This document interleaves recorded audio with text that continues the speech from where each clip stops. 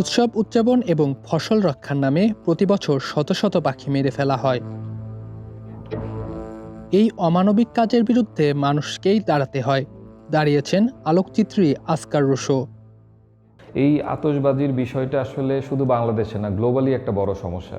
দেখবেন যে 31 তো একটা বড় হয়, বা ধরেন আমাদের বিপিএল খেলা হচ্ছে, অমুক খেলা হচ্ছে, তমুক খেলা হচ্ছে, এটার ওপেনিংয়ে এইটার ক্লোজিংয়ে আপনার হচ্ছে গিয়ে যে একদম আমাদের সেই প্রাচীন আমল থেকে আমাদের বিয়ে শাদী বা অন্যান্য গ্রামীণ অনুষ্ঠান থেকে শুরু করে সৌর অনুষ্ঠান পর্যন্ত সবগুলোতেই এই আতশবাজি ফোটানোর বিষয়টা হচ্ছে গিয়ে যে একটা কালচারে পরিণত হয়েছে। এখনকার সময়ে এসে এটা দাঁড়িয়েছে ফ্যাশনে আর কি।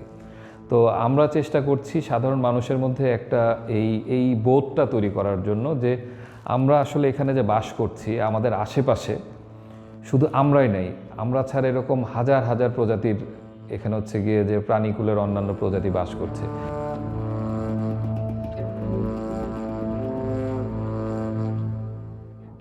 এই গুরুত্বপূর্ণ বিষয়টি নিয়ে ঢাকার পাখি ছোট হয়ে আসছে আকাশ শিরোনামে তথ্যচিত্র নির্মাণ করেছেন তিনি। রাতের বেলা ইউজুয়ালি পাখি যারা নিশাচর পাখি বা দিনের বেলা চলে, এরা কেউই লাইট দেখে অভ্যস্ত না। অলরেডি ঢাকা শহর বা এই ধরনের মেট্রো সিটিগুলো 24 ঘন্টায় লাইট থাকে, এটা তাদের জন্য একটা সিরিয়াস চ্যালেঞ্জ দাঁড়ায় গেছে। আর এই সময় যেটা হয় যে 31 ডিসেম্বর বা এই ধরনের বড় উৎসবের সময় যেটা হয়, যেটা হচ্ছে গিয়ে যে আমাদের জন্য উৎসব আর তাদের জন্য সরাসরি মৃত্যুর কারণ হয়ে যায় আর কি। ওই যে হিউজ যে লাইট, এক্সট্রিম লুমেন যে তৈরি হয়, এটাতেও পাখিগুলো হচ্ছে গিয়ে যে আপনার ধরেন ডিস্টার্ব হবে এবং অনেক সময় মারা যায় আর কি। আর থার্ডলি যেটা হয় যে আতশবাজির ফলে আগুন হয়, আর ফানুস বিশেষ করে যেটা হচ্ছে গিয়ে যে অনেক লম্বা সময় ধরে উপরে উঠতে থাকে, বড় বড় ফানুস দেখা গেলো যে দৃষ্টিসীমায় যত দূর যায় সেটা উঠতেছে। মানুষের জন্য তো অ্যাক্সিডেন্ট বয়ে আনতেছেই, আর পাখির জন্য যেটা হয়, যারা ওই যে রাতের বেলা নিশাচর পাখি দেখা গেলো ফানুসের সাথে গিয়ে আটকায় যায়, অ্যাক্সিডেন্ট হয়ে মারা যাচ্ছে, খোঁজ আমরা কয়টা রাখতেছি।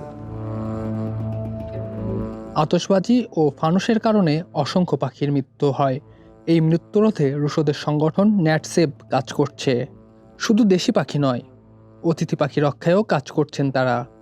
এই ফুড চেইন এবং বাস্তুসংস্থানের মধ্যে কোথাও যদি কোনো জায়গাতে কোনো বিচ্যুতি হয়, পুরোটাই কলাপস করে, আসলে ধীরে ধীরে কলাপস করে। হয়তো আমরা চোখে দেখবো না, হয়তো 2 বছরে বা 1 বছরে বা 2 দিন 3 দিন এটা শেষ হবে না, হয়তো দেখা গেলো যে 100 বছর ধরে একটা চেঞ্জ হয়ে যাচ্ছে। ধরলাম যে পাখিকে নিয়ে আমি কেন চিন্তা করব, মানুষই বাঁচতেছে না। আলটিমেটলি পাখিকে না নিয়ে চিন্তা না করলে, আজকে আমাদের আশপাশ থেকে যদি পাখি পুরোপুরি নিশ্চিহ্ন হয়ে যায়, তাহলে আলটিমেটলি টুডে অর টুমোরো মানুষও নিশ্চিহ্ন হয়ে যাবে। এই জন্যই পাখিকে কেয়ার করা দরকার।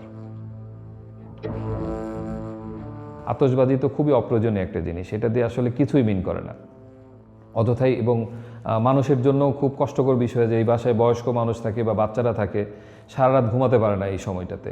আবার দেখা গেল যে যেখানে হচ্ছে কি যে পোষা পাখি, পোষা প্রাণী যারা থাকে, তারা আরও এক্সপিরিয়েন্স করবে, একদম ভয়ে জড়সড় হয়ে যায় সবাই।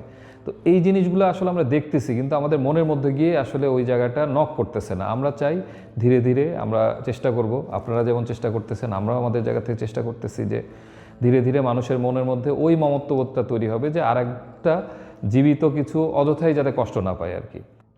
মাহিনা রাফাত, চর্চা, ঢাকা।